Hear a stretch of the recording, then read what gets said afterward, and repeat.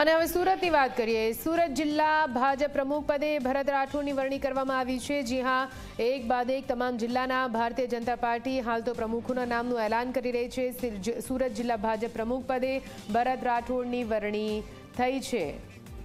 વધુ માહિતી સાથે સંવાદદાતા સંદીપ જોડાઈ ગયા છે। સંદીપ, અન્ય જિલ્લાઓની જેમ ભારતીય જનતા પાર્ટીએ સુરતમાં પણ જિલ્લા ભાજપ પ્રમુખ પદે ભરત રાઠોડને રિપીટ કર્યા છે, શું માહિતી?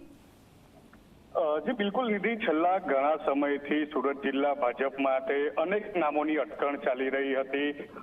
ઘણા ઉમેદવારોએ સેન્સ પ્રક્રિયા દરમિયાન પોતાની દાવેદારી પણ નોંધાવી હતી। જોકે આજે જ્યારે પ્રદેશ સંગઠનની સૂચના અનુસાર જિલ્લા પ્રમુખોની જાહેરાત કરવામાં આવી છે, ત્યારે આજે બિલકુલથી જે એકદમ નિર્વિવાદિત કહી શકાય એવા ભરત રાઠોડ, જે તેઓની ખૂબ જ નિષ્ઠાવાન તરીકે પોતાની અલગ જ એક પદ સાથે જોડાયેલા છે અને અનેક પદ તેઓ ભાજપમાં ભોગવી ચૂક્યા છે। ત્યારે સુરત જિલ્લા ભાજપ તરીકે ભરત રાઠોડ જે એસટી વિભાગમાંથી આવે છે, એસટી વિભાગમાંથી આવે છે, તેમની જાહેરાત કરવામાં આવી છે।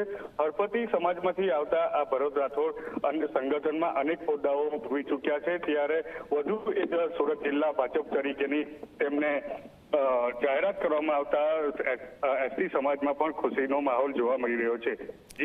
જી બિલકુલ, આભાર પૂરી માહિતી માટે।